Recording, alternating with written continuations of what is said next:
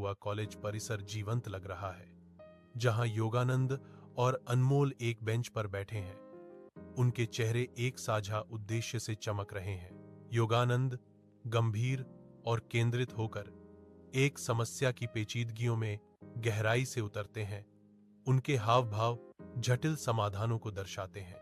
अनमोल शरारत से चमकती आंखों के साथ ध्यान से सुनता है। एक चंचल मुस्कान आने वाले मजाक का संकेत देती है। अनमोल के ठहाके से गंभीर माहौल टूट जाता है। गहरी एकाग्रता के बीच एक हल्के फुल्के पल का अनुभव होता है। उनकी निगाहें मिलती हैं। उनके बीच गहरे सम्मान और गहरे स्नेह की एक मौन स्वीकृति गुजरती है। पुस्तकालय की गहरी शांति में योगानंद एक किताब में डूबे हुए हैं। उनके चेहरे पर चिंता की लकीरें खिंची हुई हैं। वे विचारों में खोए हुए हैं। अनमोल खामोशी से पास आता है। योगानंद को एक गर्म कप चाय देता है, जो चुपचाप समर्थन का एक भाव है। योगानंद की आंखें अनमोल से मिलती हैं। एक आभारी मुस्कान उनकी चिंतित अभिव्यक्ति को नरम कर देती है। जैसे ही वह भेंट स्वीकार करते हैं, अनमोल उसके बगल में बैठ जाता है।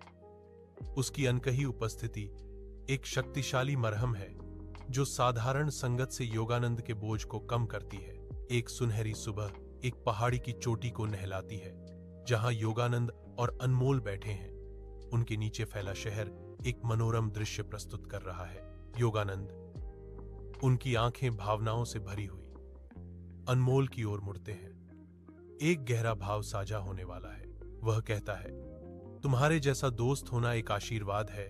अनमोल, उसकी आवाज हार्दिक कृतज्ञता से भरी हुई थी। अनमोल गर्मजोशी भरी मुस्कान के साथ जवाब देता है, फिर योगानंद को एक कसकर आरामदायक आलिंगन में खींच लेता है। अटूट समर्थन का एक मौन वादा। वे थोड़ा पीछे हटते हैं। उनकी आंखें मिलती हैं।